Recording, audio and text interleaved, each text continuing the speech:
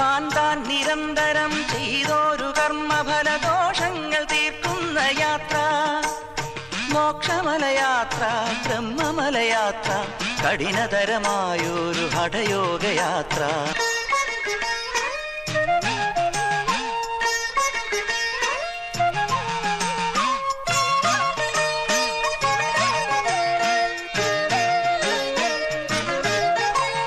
മായാപ്രപഞ്ചമാം മൺതരിയിലമരുന്ന മായയെ തിരയുന്ന യാത്ര, മായാപ്രപഞ്ചമാം മൺതരിയിലമരുന്ന മായയെ തിരയുന്ന യാത്ര.